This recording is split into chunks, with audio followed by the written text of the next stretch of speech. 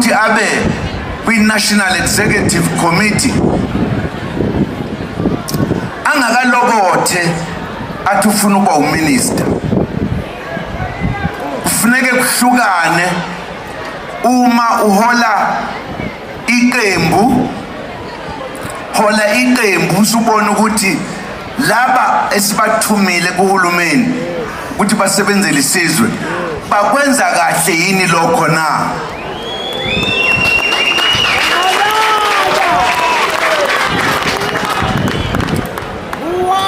Amalungu akhethelwe ukuba abe home minister, siyezwana, kufanele ukuthi angafuni ukuthi nami ngifuna ukuthi ngibe National Executive Committee member. Ngeke so ihlukanisa lezo zinto zombili ukuze laba abaphethe